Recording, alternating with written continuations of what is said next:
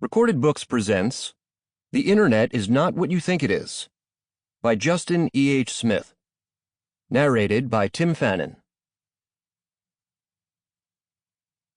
Introduction. Let us calculate. To strengthen our social fabric and bring the world closer together. This, maintains Mark Zuckerberg, CEO of Facebook Corporation, is his enterprise's reason for being. Yet it would not take a particularly critical mind to notice that strengthening the social fabric and bringing the world closer together are not, in fact, what Facebook is doing. No, Facebook and the other big tech companies are, plainly, tearing the social fabric to threads and pulling people apart.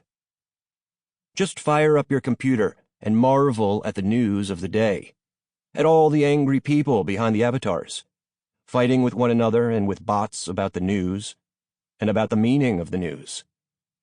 Witness how global and local politics have been corrupted into a form of unrelenting disinformation warfare. See organized trolling campaigns fomenting violence against minority groups throughout the world.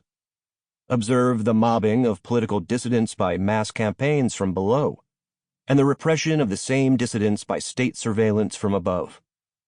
Revisit 2016 and watch the technologies of the new big tech companies mobilize to propel a disreputable internet troll into the highest office of the most powerful country in the world. Tremble before the online rage addicts who daily band together in search of new targets. Someone caught on video in a moment of indiscretion, who was then summarily doxxed, that is, has their personal information revealed on the internet, shamed, fired, or ostracized.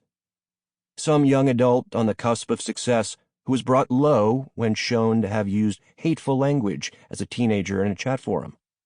Some clueless normie, slang for a normal mainstream person, oblivious to the rhythms and insiderisms of online culture, ruthlessly ridiculed for not yet having adopted the terminology for a given identity group that was ratified by social media vanguards only a short time before. There is no sign that anyone has a clear plan or the necessary power to abate the chaos these technologies have unleashed. We are living in a crisis moment of history, in the true sense of crisis. Things might get better eventually, but they will never be the same.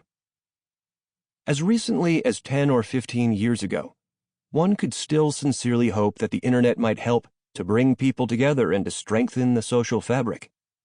When the revolutions of the so-called Arab Spring began to break out, many of us, myself included, declared that this was the power of social media being unleashed, hailing a new era of democracy and egalitarianism throughout the world.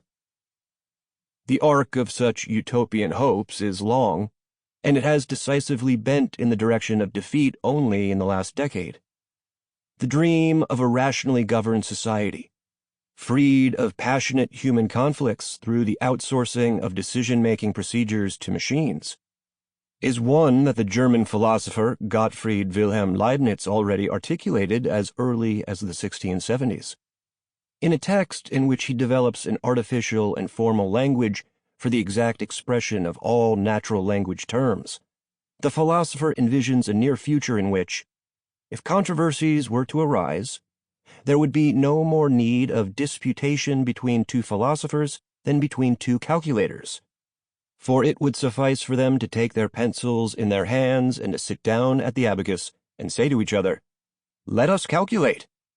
The abacus in question is not a real abacus, but any tool that might aid in processing the formal language. Though, in principle, Leibniz also thinks, as he conveys in this passage, that the language can be deployed using only a pen and paper, just as one might do long division either by hand or by using some sort of calculator. This hortatory third-person plural use of the Latin verb to calculate, calculamus, might well serve as the motto of Leibnizian optimism, of the belief that all problems can be resolved simply by clarifying our terms and rationally following the logical consequences of our commitments. This optimism extends not just to disputes between philosophers arguing over abstractions about the nature of substance or the immortality Sample complete. Ready to continue?